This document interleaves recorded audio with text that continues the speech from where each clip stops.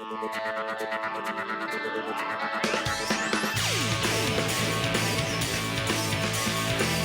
it wasn't that long ago that if you'd seen the words Jaguar and Volvo together, it would have only been on Mr. Ford's shopping list, and to suggest that the two might become competitors, well, you'd have been thrown out of town.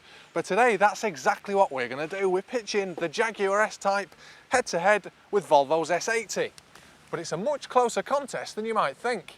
And of course, it could be much worse. The weather could be bad.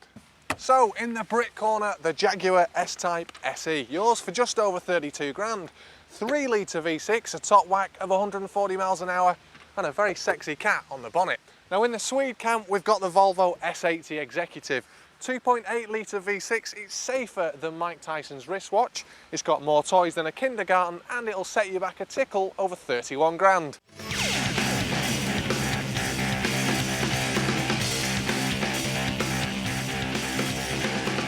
Now, you may remember that when the S-Type was launched, Jaguar wanted to recreate a lot of that style of the 60s. And with those twin headlamps, the Mark II style grille and the copious curves, it certainly looks more retro than cutting edge. But Volvo have gone for a completely different approach with the S80. It's a lot more angular and aggressive than the Jag, but I've got to say that this car is very colour dependent. What I mean by that is if you buy it in battleship grey or dark brown, it looks like a brown or grey battleship, but in black, it looks every bit the sleek executive cruiser that it is. And like the Jag, it's very distinctive. So I don't think there's any doubt that with either of these cars parked on your drive, it will have the neighbours discussing your executive success. But what about when you get behind the wheel?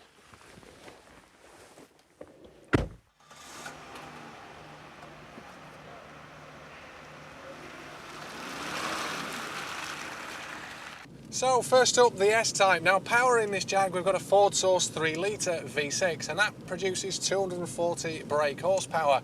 Now, as you'd expect, that power delivery is very, very smooth indeed. Although this isn't the fastest car in the world, 0 to 60 taking 8 seconds. But having said that, it's got lots of that mid-range grunt which you need for overtaking on the motorway.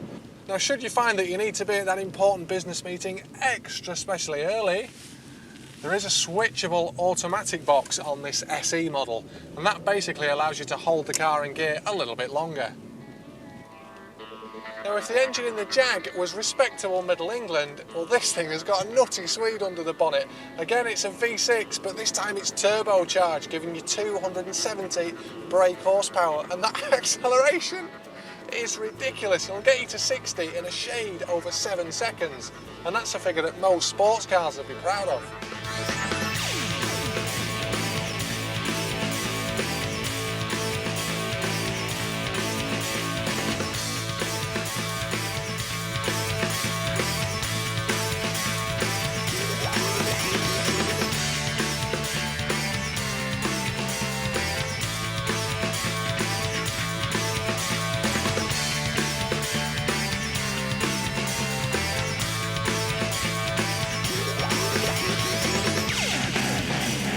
Now, that acceleration is not something that you'd expect on a car of this size, or on a Volvo for that matter, and in a straight line it makes it much more exciting than the Jag.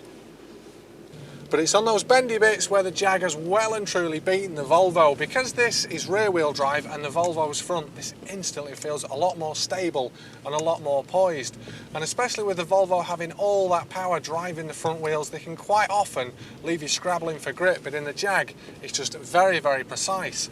And another thing with the Volvo, when you're driving it hard, it does feel like a big luxury car.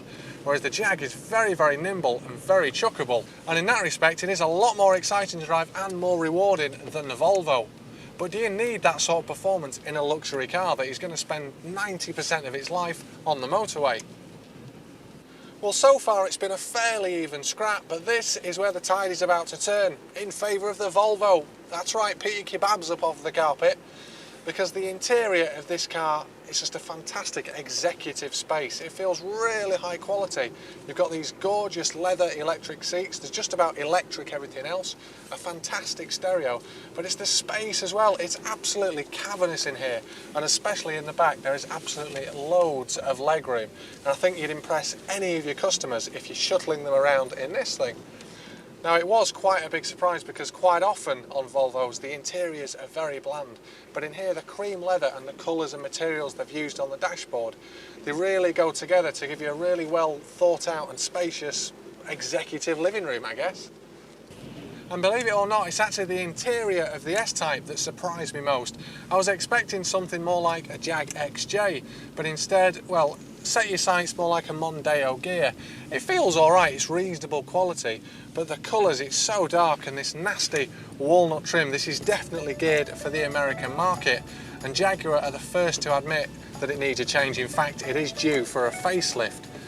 That combined with the cabin space, which is actually very, very pokey, and when you look at that against the Volvo, well, there's no doubt about it, this is a small interior, and I think when you're on your 300th mile on the motorway, big space is what you're going to want.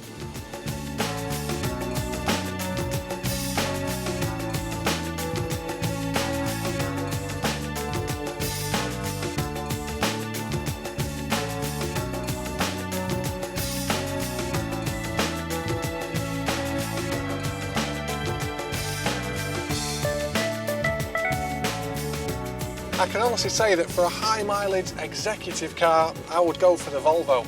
The Jag's nice, but this is just very, very impressive. But the Volvo's not a Jag, I hear a lot of you cry, which, if you're over 45, wear lots of sweaters and play golf, is a valid point. But looking at that 32 grand price tag, I just think the Volvo's got so much more to offer.